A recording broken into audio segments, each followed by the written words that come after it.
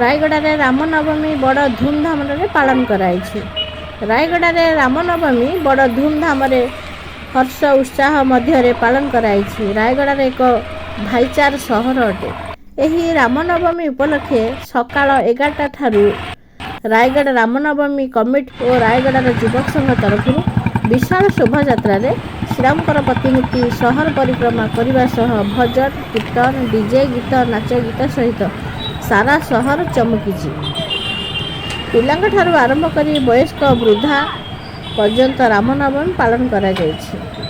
ବିଶେଷ କଥା ହେଲା ମୁସଲମାନ ସମ୍ପ୍ରଦାୟର ଯୁବକମାନଙ୍କ ଦ୍ୱାରା ରାମନବମୀ ଉପଲକ୍ଷେ ସମସ୍ତଙ୍କୁ ଥଣ୍ଡା ସରବତ ବଣ୍ଟନ କରାଯାଇଛି। ପଦଯାତ୍ରା କରିବାକୁ ହିନ୍ଦୁ ଭାଇମାନଙ୍କର ରାମନବମୀ ଉପଲକ୍ଷେ ବାର୍ତ୍ତା କରାଯାଇଥିଲା।